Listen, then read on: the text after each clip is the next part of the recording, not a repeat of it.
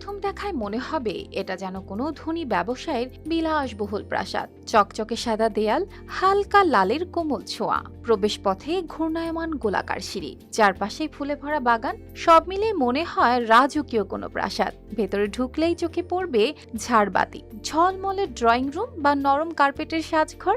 কিন্তু সত্যটা জানলে বিস্ময় জাগবে আপনার চোখেও, কারণ এটি বাড়ি নয়, বরং ঝিনাইদহের খাজুরা গ্রামের হৃদয়ে দাঁড়িয়ে থাকা দৃষ্টিনন্দন বায়তুল মামুর জামে মসজিদ। এই মসজিদে মর্জন আমি, মর্জন খাদেন দুটোই আমি, একাই আমি সব কিছু অন্য করি।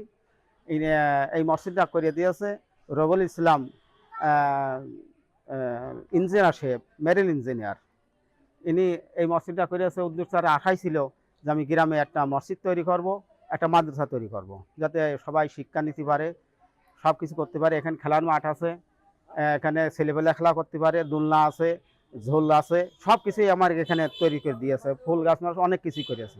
এই মসজিদ একসময় ছিল সাধারণ, কিন্তু ২০২২ সালের শেষের দিকে শুরু হয় এর নবজাগরণের গল্প। প্রায় ৫ কোটি টাকা ব্যয়ে একজন দক্ষ প্রকৌশলীর তত্ত্বাবধানে তৈরি হয় এই ৫ তলা বেলাট স্থাপনা।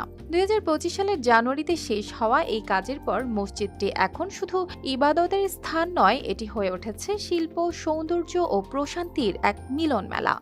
আমাদের এই মসজিদটা এখানে আমার এক ভাইস্তে রবুল ইসলাম আছে করে দিয়েছে সুন্দর করে, যাতে আমাদের পাহাড় আর মহল্লার লোক এই মসজিদে নামাজ পড়তে পারে। এই জন্যে সে আছে গিয়ে মসজিদটা করে দিয়েছে। আমরা দূর দূরান্তেও শুক্রবারের দিন নামাজ পড়তে আসে সবাই, বহুত জায়গাতে। আমরা সবাই 5 ওয়াক্তই নামাজ পড়ি এখানে।